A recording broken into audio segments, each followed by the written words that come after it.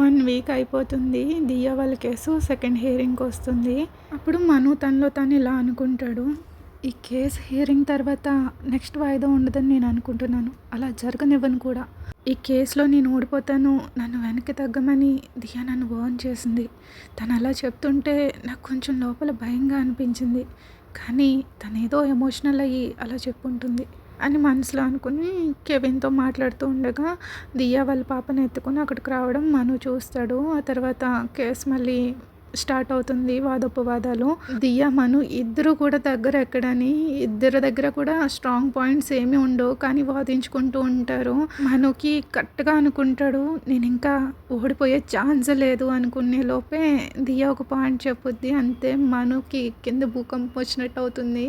Madam, నేను ఒకటి చెప్పాలి. నిజానికి ఈ విషయాన్ని అసలు అందరి ముందు చెప్పకూడదు అనుకున్నాను, కానీ ఈ కేసు ఇంత దూరం వచ్చాక నా బిడ్డ పేరెంట్స్ రైట్స్ గురించి చెప్పాలనుకుంటున్నాను అని చెప్పి దియా నెమ్మదిగా మను వైపు చూసి ఒక సాడ్ స్మైల్ ఇస్తుంది. దియా అలా చెప్తుంటే ఏం చెప్తుందా అని మను చాలా అన్కంఫర్టబుల్గా దియా వైపు చూస్తాడు భయపడుతూ. నా ఎక్స్ హస్బెండ్ మిస్టర్ కెవిన్కి నా కూతురు మాయకి అసలు ఎలాంటి సంబంధం లేదు.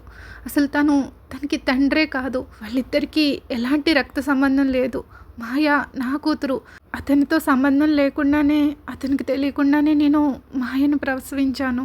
దానికి సంబంధించిన డిఎన్ఏ రిపోర్ట్స్ ఇదిగోండి అని డిఎన్ఏ రిపోర్ట్స్ జడ్జి గారికి ఇస్తుంది. అది వినగానే మను ఫుల్ షాకు. నోటి నుంచి ఒక్క మాట కూడా రాకుండా అలా దియా వైపు చూసి ఆ తర్వాత కెవిన్ వైపు చూస్తాడు. కెవిన్ ఏమో ఏం మాట్లాడకుండా సైలెంట్గా తలదించేసుకుని ఉంటాడు.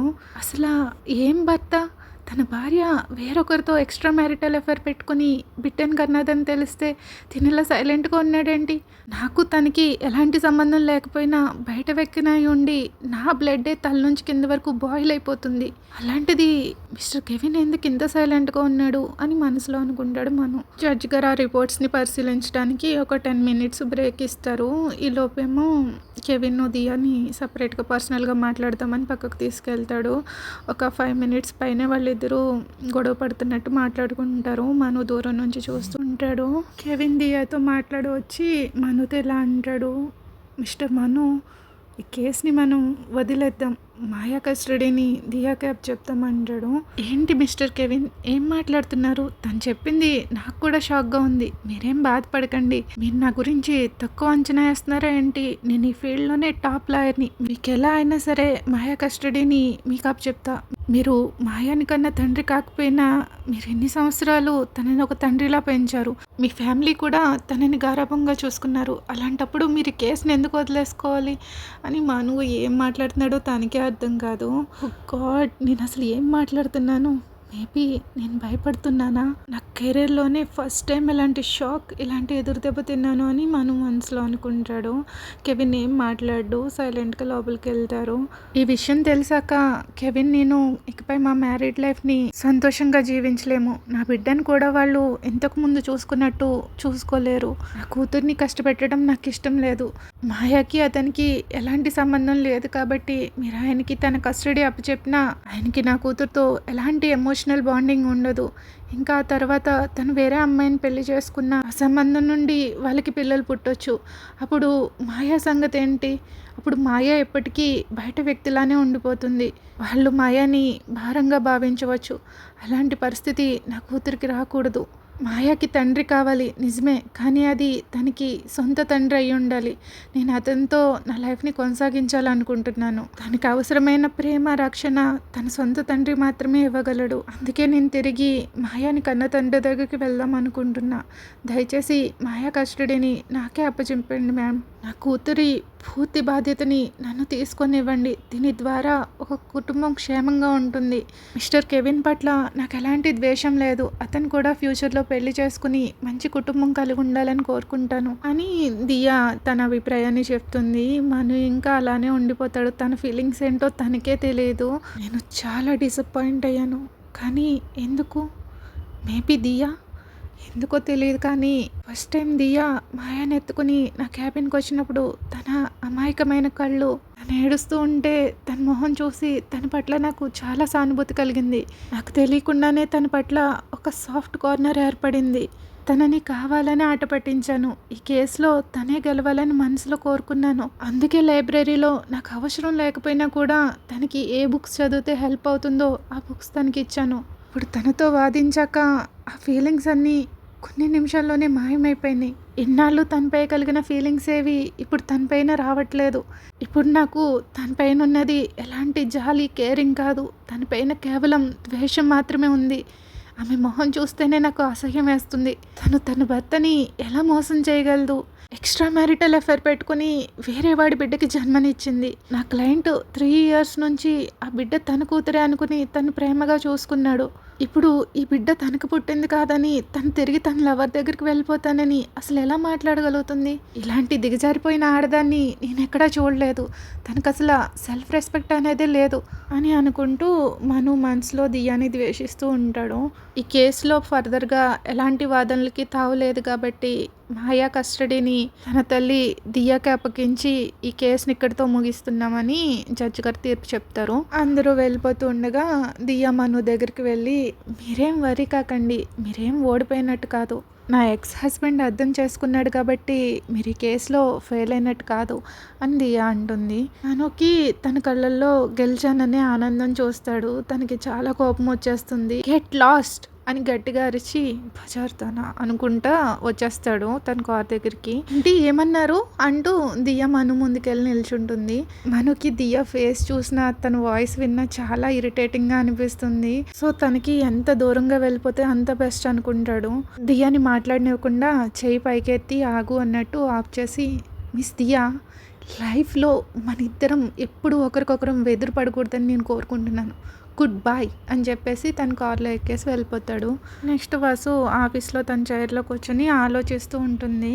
ఈలోపు రిషి కాల్ చేసి వసు రిపోర్ట్స్ తీసుకురా అని చెప్పేసి కాల్ కట్ చేసేస్తాడు. ఓ గాడ్, ఇప్పుడు నేను ఏం చేయాలి? నేను 1 పేజ్ కూడా కంప్లీట్ చేయలేదు. ఈరోజు ఖచ్చితంగా జూనియర్స్ ముందు నన్ను చంపేస్తాడు. వాళ్ళందరి ముందు నా పరువు పోతుంది. ఇప్పుడు ఎలా అనుకుంటూనే తను తయారు చేసిన రిపోర్ట్స్ తీసుకుని వెళ్తుంది రిషి దగ్గరికి. అక్కడ కాన్ఫరెన్స్ రూమ్లో రిషి ముందు తన ఇంటర్న్స్, జూనియర్స్ అందరూ ఉంటారు. ఒక కేసు గురించి డిస్కస్ చేసుకుంటూ ఉంటారు. వాళ్ళ రిపోర్ట్స్ని ఎక్స్ప్లెయిన్ చేస్తూ ఉంటారు దాని గురించి. వసు రావడం చూసి చేయి చాపుతాడు, రిపోర్ట్స్ ఇవి అన్నట్టుగా సీరియస్గా లుక్ ఇస్తూ. వసు రిపోర్ట్స్ తన చేతిలో పెడుతుంది. వసు ప్రిపేర్ చేసిన రిపోర్ట్ ఫైల్ ఓపెన్ చేసి చూస్తాడు. వెంటనే దాన్ని పక్కనే ఉన్న డస్ట్బిన్లో పడేసి ట్రాష్, గెట్ అవుట్ అని గట్టిగా అరుస్తాడు. వసు ఉలిక్కిపడి రిషిని అలా చూస్తూ ఉండిపోతుంది. కానీ రిషి మాత్రం వసు వైపు చూడకుండా ల్యాప్టాప్లో ఒక ఫైల్ని రీడ్ చేసుకుంటూ ఉంటాడు చాలా సీరియస్గా. కాన్సన్ట్రేషన్ మొత్తం అక్కడే పెట్టి. అమ్మయ్యా, నేను భయపడ్డట్టు అంతగా ఏమీ అనలేదు. థ్యాంక్ గాడ్, ఏదో సీరియస్ కేసులో ఉన్నట్టున్నారు, లేదంటే ఈరోజు నా పని అయిపోదును. వసు, దయచేసి నువ్వు జోక్యం చేసుకోకుండా సైలెంట్గా ఇక్కడికి నుంచి వెళ్ళిపోవడమే నీకు బెటర్ అని వసు సైలెంట్గా అక్కడి నుంచి వచ్చేస్తుంది. వసు వచ్చి క్యాఫ్టీరియాలో కాఫీ తాగుతూ ఆలోచిస్తూ ఉంటుంది. అందరి ముందు గెట్ అవుట్ అన్నాడు, ట్రాష్ అన్నాడు అనేసి గుర్తు తెచ్చుకొని కొంచెం సాడ్గా ఫీల్ అవుతుంది. ఈలోపు కవిత అది చూసి వసు దగ్గరికి వచ్చి, ఏంటి వసు మూడ్ ఆఫ్లో ఉన్నావు? బాస్ గట్టిగా క్లాస్ స్పీకరా ఏంటి అంటుంది నవ్వుతూ. అవును, చాలా వరస్ట్ అని వసు అంటుంది. చీరప్ వసు, అంత నీ మంచిగా అనుకో. బాస్ చూడ్డానికి కఠినంగా అనిపించవచ్చు, కానీ తను ఒక గ్రేట్ మెంటర్. అందరూ నన్ను ఈ కంపెనీలో బెస్ట్ లాయర్ అని ఎందుకు పిలుస్తారో, నేను అసలు బెస్ట్ లాయర్లో ఎలా అయ్యానో నీకు తెలుసా అని అడుగుతుంది. లేదు, కానీ బాస్ కాల్ చేయకముందు నేను కూడా నీ గురించి ఆలోచించాను. నీ గురించి నాకు నిజంగానే చాలా అసూయగా ఉంది అని వసు అంటుంది. దానికి కవిత నవ్వి, లేదు, నేను ఇంత మంచి లాయర్ అవడానికి కారణం బాసే. నేను ఈ ఫామ్లో జాయిన్ అవ్వకముందు ఇంతకుముందు వేరే ఫామ్లో చేసేదాన్ని. అక్కడ నుంచి ఇక్కడికి వచ్చేసరికి నేను చాలా కాన్ఫిడెంట్గా ఉండేదాన్ని. కానీ నాకు ఇక్కడికి వచ్చాక అప్పుడు అర్థమైంది, బాస్కి జూనియర్గా జాయిన్ అయ్యి అతనితో పాటు కోర్టుకి వెళ్తూ ఉంటే అప్పుడు అర్థమైంది నిజమైన లాయర్ అంటే ఏంటనేది. ఆయన నేను చేసే ప్రతి చిన్న తప్పుని ఏదో నేను ఘోరమైన పాపం చేసినట్టు పెద్దగా తిట్టేవాడు. ఆయన అలా అరుస్తుంటే నాకు భయమేసి నేనైతే చాలాసార్లు రిజైన్ చేసి ఇక్కడ నుంచి వెళ్ళిపోదాం అనుకున్నాను. కానీ బాస్ ఒకరోజు సడన్గా నన్ను పిలిచి నాకు ఒక కేసు అప్పచెప్పారు. అది చాలా కాంప్లికేటెడ్ కేసు. ఆయన ప్లేస్లో నన్ను కోర్టుకి హాజరు కమ్మన్నారు. అప్పుడు ఏం జరిగిందో తెలుసా అని కవిత ఎగ్జైట్మెంట్తో వసుని అడుగుతుంది. ఏం జరిగింది అని వసు అడుగుతుంది. నేనైతే ఆ కేసు ఓడిపోతాను అనుకుంటూనే కోర్టుకు వెళ్ళాను. అస్సలు నమ్మకం లేదు. కానీ లాస్ట్‌కి ఆ కేస్ నేనే విన్ అయ్యాను. అప్పుడు అర్థమైంది బాస్ నేను చేసే చిన్న చిన్న తప్పులు కూడా ఎందుకు నా పైన అంత గట్టిగా అరిచేవాళ్ళో. అక్కడికి వెళ్ళాక నా అపోనెంట్ లాయర్ నెక్స్ట్ క్వెషన్ ఏంటో నేను ముందుగానే గెస్ చేసి ఉండేదాన్ని. నా కేస్‌కి గెలవడానికి కారణం అంతా బాసే. నేను చేసే చిన్న చిన్న పొరపాట్లకు కూడా ఆయన నా మీద అరవడం నాకు ప్లస్ పాయింట్ అయ్యింది. తను ఇండైరెక్ట్‌గా నన్ను పుష్ చేశారు అని కవిత చెప్తూ ఉంటే వావ్! సూపర్బ్! నేను కూడా మీలానే ఒక మంచి లాయర్ కావాలని కోరుకుంటున్నాను అని వాసు అంటుంది. అఫ్‌కోర్స్ వాసు నువ్వు ఖచ్చితంగా అని కవిత చెప్పేలోపే కవితకి ఒక కాల్ వస్తుంది. తను స్క్రీన్ చూసుకున్న వెంటనే కవిత ఫేస్‌లో ఆటోమేటిక్‌గా స్మైల్ వస్తుంది. హాయ్ బేబీ అంటూ కాల్ లిఫ్ట్ చేసి మాట్లాడుతూ ఉంటుంది. వాళ్ళిద్దరి కన్వర్జేషన్ చాలా లవ్వీ డవ్వీగా అనిపిస్తుంది వాసుకి. కవిత కాల్ కట్ చేసిన తర్వాత మీ లవరా అని అడుగుతుంది వాసు. అవును, హీ ఈజ్ మై లైఫ్ అని తను అంటుంది. అతను ఇప్పుడు ఎక్కడున్నారు, ఏం చేస్తారు అని వాసు అడుగుతుంది.